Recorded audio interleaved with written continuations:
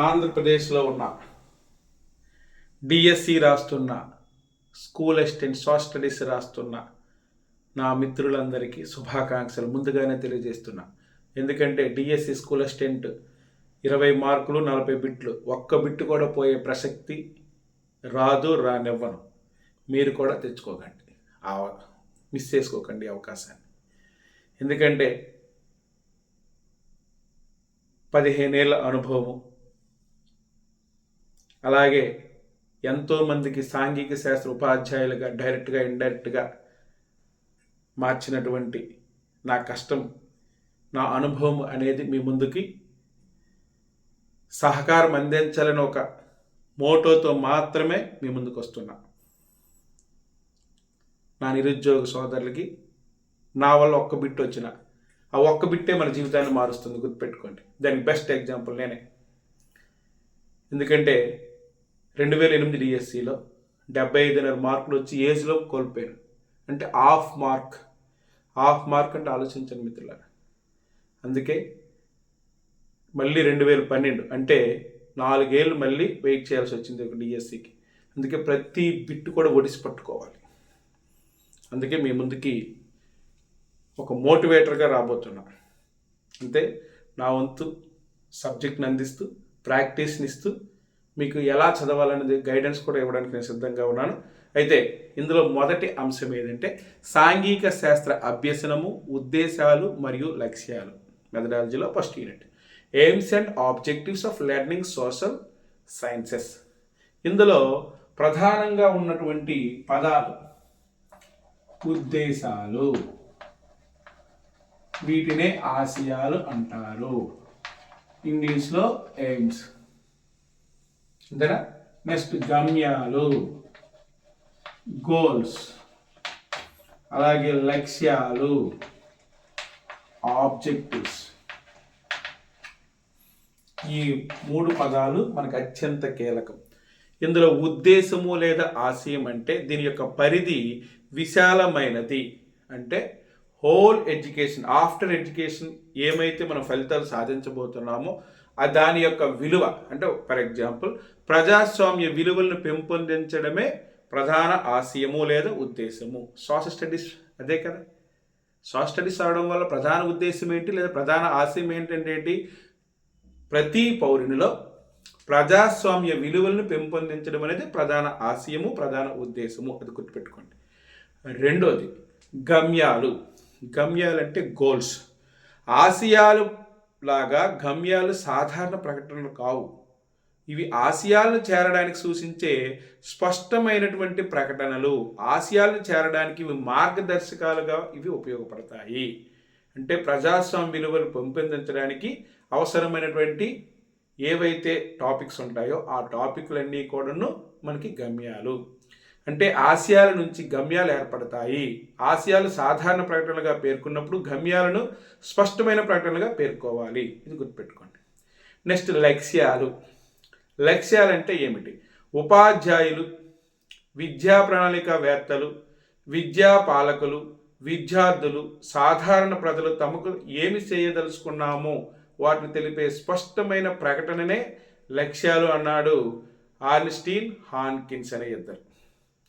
అలాగే సమర్థవంతంగా సమాచారాన్ని అందించగలిగి బోధనా ఉద్దేశాన్ని స్పష్టమైన అభ్యసన ఫలితంగాను ప్రవర్తన మార్పుగాను తెలియజేయగలిగేదే అర్థవంతమైన లక్ష్యం పరమావధి అని చెప్పింది ఎవరంటే గ్రోన్లాండ్ 1985లో. అలాగే ఒక యూనిట్ పఠించిన తర్వాత విద్యార్థి నుంచి ఆశించిన నిర్దిష్టమైన ప్రవర్తన రూపంలో వ్యక్తం చేయబడినవే ప్రవర్తన లక్ష్యాలని చెప్పింది విలియం డి రోమే.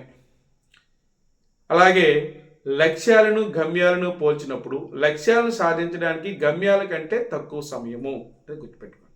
మనకి చాలా క్లియర్గా మన వాడుక భాషలో చూసుకున్నట్టయితే మనకి ఫార్మేటివ్ ఎగ్జామ్స్ అనేవి లక్ష్యాలుగా గుర్తుపెట్టుకోండి. సమ్మేటివ్ ఎగ్జామ్స్ అనేవి మనకి గమ్యాలుగా గుర్తుపెట్టుకోండి. పబ్లిక్ ఎగ్జామ్ ఏదైతే ఉందో అది ఉద్దేశము లేదా ఆశయంగా గుర్తుపెట్టుకోండి. అంటే ఏది చిన్నది, ఏది మిడిల్, ఏది పెద్ద అంశం గుర్తు చేయడానికి ఇది ఒక సింపుల్. ఫార్మేటివ్ లక్ష్యాలు, సమ్మేటివ్ గమ్యాలు, పబ్లిక్ ఎగ్జామ్స్ ఉద్దేశాలు లేదా ఆశయాలుగా గుర్తుపెట్టుకోండి. అంటే మీ కోడ్ లాగా. ఓకేనా?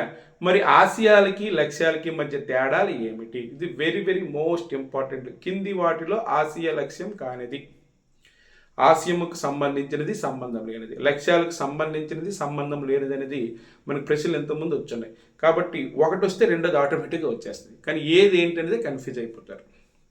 అందులో ఆశయాలు ఇవి దిశానిర్దేశం చేస్తాయి విద్యలో.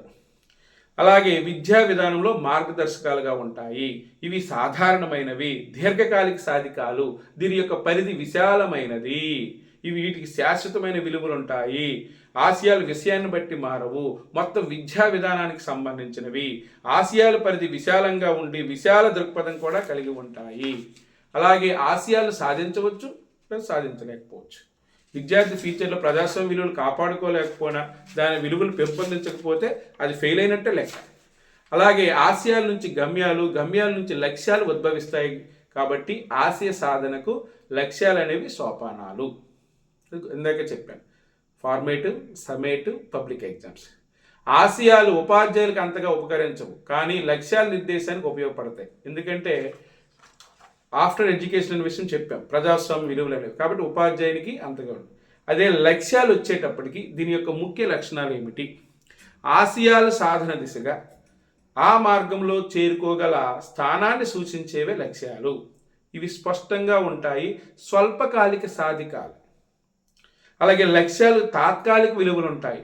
లక్ష్యాలు విషయాన్ని బట్టి మారుతూనే ఉంటాయి, ఆశయాల నుంచి ఆవిర్భవిస్తాయి. లక్ష్యాల పరిధి సంక్షిప్తంగా ఉంటుంది. లక్ష్యాల సాధన ఆశయ సాధనలో తోడ్పడుతుంది. అలాగే లక్ష్యాలను మనం తప్పక సాధించగలం, ఎందుకంటే యూనిట్ టెస్టులు పెడతామని. కాబట్టి మీకు ముందే చెప్పాను, ఫార్మేటివ్ ఎగ్జామ్స్ అనేసి. కాబట్టి ఈజీగా గుర్తుండిపోతాయి. అలాగే లక్ష్యాలు ఆశయాల నుంచి ఉద్భవిస్తాయి. కాబట్టి ఒక్కొక్క లక్ష్యాన్ని మనం సాధిస్తూ పోతేనే కొంతకాలానికి మనం ఆశయాలు సాధించవచ్చు. అలాగే లక్ష్యాలు ఉపాధ్యాయులకు పాఠ్యాంశాలు, బోధనా పద్ధతుల ఎంపికకు సహకరిస్తాయి. ఇవి దీని యొక్క ప్రధాన లక్షణాలు. ఒక ఎగ్జాంపుల్, ఒక క్వశ్చన్ చెప్తా. సాంఘిక శాస్త్ర బోధనా ఆశయాలు లక్ష్యాలకు సంబంధించి క్రింది వానిలో సరైనది కానిది ఏది? చూసారా ప్రశ్న? డైరెక్ట్గా ఇవి పాయింట్ టు పాయింట్ కంఠస్థ పెట్టాలి, గుర్తుపెట్టుకోవాలి, అవగాహన చేసుకోవాలి. ఆశయాలకు శాశ్వత విలువలు, లక్ష్యాలకు తాత్కాలిక విలువలు ఉంటాయి. రైట్. ఆశయాలు లక్ష్య సాధనకు సోపానాలు. ఆశయాలు దీర్ఘకాలికాలు, లక్ష్యాలు స్వల్ప సాధితాలు. రైట్. లక్ష్యాలు స్పష్టంగా ఉంటాయి, ఆశయాలు సాధారణమైనవి. రైట్. ఇక్కడ పొరపాటు ఎక్కడ జరిగిందంటే ఆశయాలు లక్ష్య సాధనకు సోపానాలు అన్నవే తప్పు. నెక్స్ట్, సాంఘిక శాస్త్ర అభ్యసన ఆశయాలు అలాగే ఉద్దేశాలకు సంబంధించి 1986 ఎన్పిఈ ప్రకారము, ఇది very very most important bit వచ్చేది, 10 మౌలిక అంశాలని ఆశయాలుగా ప్రకటించారు. Very very most important. ఈ 10 కూడా కంఠస్థ మనం పెట్టాలి. అదేమడుగుతాడు? ఎన్పిఈ 1986 10 మౌలిక అంశాలలో లేనిదే అని అడుగుతున్నాడు, అడిగాడు ఆల్రెడీ. కాబట్టి ఈ బిట్ కంపల్సరీ. ఇవి ఏమిటో చూద్దాం. ఈ 10: 1, భారతదేశ సాంస్కృతిక వారసత్వ సంపద. 2, భారత రాజ్యాంగం ఇచ్చిన హక్కులు బాధ్యతలు, సామాజిక అవరోధాల తొలగింపు, పర్యావరణ పరిరక్షణ, జాతీయ సమైక్యతను పెంపొందించడము, అంతర్జాతీయ అవగాహన పెంపొందించడము, అందులో ప్రజాస్వామ్యం కానీ, లౌకిక తత్వం కానీ, సమానత్వం కానీ. అలాగే భారతదేశ స్వాతంత్ర ఉద్యమ చరిత్ర, అలాగే స్త్రీ పురుష సమానత్వము, అలాగే పరిమిత కుటుంబం అనే భావన, అలాగే శాస్త్రీయ దృక్పథము. ఈ 10 మనము కష్టపడి కంఠస్థ పెట్టడము, నేర్చడము, అవగాహన చేసుకుని ఏదో ఒకటి చేయాలి. దీనిలో ప్రశ్నలు ఎలా వచ్చాయో చూద్దాం. చారిత్రక కట్టడాలను పాఠ్యాంశం చేర్చుటకు దోహదపడ్డ మౌలిక అంశం ఏది? 1, సాంస్కృతిక సంపద, పర్యావరణ పరిరక్షణ, జాతీయ సమైక్యత, శాస్త్రీయ దృక్పథము. ఇది ఒక రకమైనటువంటి ప్రశ్న. 2, 10 మౌలిక అంశాల్లో లేనిది ఏదని అడిగాడు. పరిసరాల పరిరక్షణ, నీటి వనరుల సంరక్షణ, శాస్త్రీయ దృక్పథము, ప్రజాస్వామ్యము. ఇక్కడ నీటి వనరుల సంరక్షణ అనేది ఆన్సర్ కాదు, ఇది గుర్తుపెట్టుకోండి. అలాగే మనకి ప్రాథమిక స్థాయిలో సాంఘిక శాస్త్ర బోధనా పద్ధతులు, దాని యొక్క ఆశయాలు ఏమిటి, ఉద్దేశాలు ఏమిటి, ఇది మనకు అవసరం లేదు. యాజ్ ఎ స్కూల్ అసిస్టెంట్గా వచ్చేటప్పటికి మాధ్యమిక స్థాయిలో సాంఘిక శాస్త్ర బోధనా ఉద్దేశాలు ఏమిటి?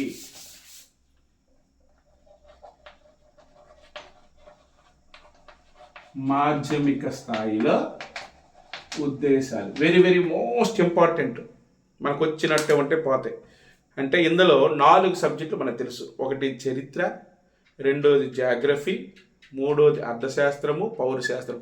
ఈ 4 పాఠ్యాంశాలు విడివిడిగా చదవడం వల్ల మనకి ఎటువంటి ఉద్దేశాలు, ఆశయాలు భవిష్యత్తులో ఫలితాన్ని ఇస్తాయన్నదే ఈ యొక్క టాపిక్. ఇందులో చరిత్ర చదివితే ఏమొస్తుంది? చరిత్ర చదివితే ప్రతి పాయింట్ మీరు కంఠస్థ పెట్టుకోవాలి మీద టెక్స్ట్ బుక్ ఉంటే. ఒకటి, మానవ సమాజాల అభివృద్ధి క్రమంలో ప్రస్తుత దశను చేరుకోవడానికి జరిగిన పరిణామ క్రమంను, వృద్ధి క్రమాన్ని అవగాహన కలిగి ఉంటుంది. మానవ జాతిలో ఉన్న ఐక్యతా భావాన్ని అభినందించడము, మానవ నాగరికతలో ఉన్న సామాన్య మూలాలను గురించి అవగాహన పెంపొందించడము, మానవ వారసత్వానికి వివిధ సంస్కృతులు చేసిన కృషిని అభినందించేటట్లు చేయడము, మానవ జాతి అభ్యుదయంలో భిన్న సంస్కృతులు పరస్పర చర్యల అవగాహన ఒక ముఖ్యమైన అంశమనే విషయాన్ని అవగాహన చేయడము, కొన్ని ప్రత్యేక దేశాల చరిత్ర అధ్యయనానికి సౌలభ్యం కలిగించడము. ఈ 6 మనకి చరిత్ర బోధించడం వల్ల వచ్చే ప్రధాన ఆశయాలు. ఈ బిట్ అడిగాడు. ఏంటది? మానవ జాతిలో ఉన్న ఐక్యత భావాన్ని అభినందించడం అనేది ఏ సాంఘిక శాస్త్ర బోధన యొక్క ప్రధాన ఉద్దేశం అని అడిగాడు ఇంతకుముందు. సో ఈ 6 మనము గుర్తుపెట్టుకోవాలి. నెక్స్ట్, భూగోళ శాస్త్రం బోధించడం వల్ల ప్రధాన ఆశయాలు ఏమిటి?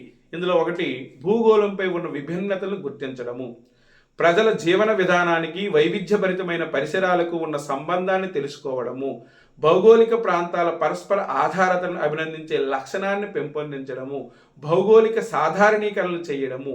ఈ 4 అంశాలు భూగోళ శాస్త్రం బోధించడం వల్ల వచ్చే ప్రధాన ఆశయాలు. ఇందులో నుంచి బిట్ ఏంటంటే, ప్రజల జీవన విధానానికి వైవిధ్యభరితమైన పరిసరాలకు ఉన్న సంబంధాన్ని తెలుసుకోవడం అనేది ఏ సాంఘిక శాస్త్ర బోధన ఆశయమని ఇచ్చాడు ముందు. అలాగే పౌరశాస్త్రము బోధించడం వల్ల వచ్చే ప్రధాన ఆశయాలు ఏమిటి? సాంఘిక కార్యక్రమాల్లో పాల్గొనేటట్లు చేసి దేశ పౌరసత్వ సామర్థ్యాలను పెంపొందింపచేయడము, అలాగే పౌర రాజకీయ వ్యవస్థల నిర్మాణము, పనితీరును అవగాహన చేయించడము, ప్రపంచ శాంతిని నెలకొల్పడంలో యుఎన్ఓ పాత్రను అభినందించడము. ఈ 3 అంశాలు ప్రధాన ఆశయాలు. ఇందులో వచ్చిన బిట్ ఏమిటంటే, ప్రపంచ శాంతిని నెలకొల్పడంలో యుఎన్ఓ పాత్రని అభినందించడం అనేది ఏ శాస్త్రం యొక్క బోధన యొక్క ప్రధాన ఆశయం అని అడిగాడు. నెక్స్ట్, అర్థశాస్త్ర బోధన అలాగే ప్రధాన ఆశయాలు. ఇక్కడికి వచ్చేటప్పటికి జీవన విధానం ప్రభావితం చేసే వివిధ ఆర్థిక అంశాలను గుర్తించి తదనుగుణంగా భావి జీవితాన్ని సుఖమయం చేసుకునే వ్యక్తి సామర్థ్యాలను పెంపొందించడము, తమ అభిరుచులకు తగిన వృత్తుల్ని ఎంపిక చేసుకునే సామర్థ్యాన్ని పెంపొందించడము, మార్కెట్ తీరుతెన్నుల ప్రకటనలపై అవగాహన కలిగించడము, విద్యార్థి ఆర్థిక ప్రణాళికను తయారు చేసుకోవడం అనేది వీటి యొక్క ప్రధాన ఆశయాలు. ఇందులో వచ్చినటువంటి ప్రశ్న ఏమిటంటే, భావి జీవితాన్ని సుఖమయం చేసుకునే వ్యక్తి సామర్థ్యాలు పెంపొందించడం అనేది ఏ శాస్త్ర బోధన ప్రధాన ఆశయం ఇచ్చాడు అంటే, ఒక పెద్ద సెంటెన్స్లో మధ్య ముక్క తీసుకొచ్చి ఇచ్చాడు, చివరి ముక్క. కాబట్టి కన్ఫ్యూజ్ అవ్వడానికి అవకాశాలు ఉన్నాయి. ఇందులో వచ్చే ప్రశ్న చూడండి. భావి జీవన మార్గము అను బోధన ఆశయం కలిగినది ఏది? అర్థశాస్త్రం. అలాగే ఐక్యతా భావన అభినందించడం అనేది దీని యొక్క ఆశయము, చరిత్ర. చూసారా, ఒక పదం తీసుకొచ్చి మనకి ఇవ్వడం జరిగింది. ఇవి బోధన లక్ష్యాలు, ఆశయాలు, గమ్యాలకు సంబంధించినటువంటి కీలకమైనటువంటి అంశాలు. Thank you very much.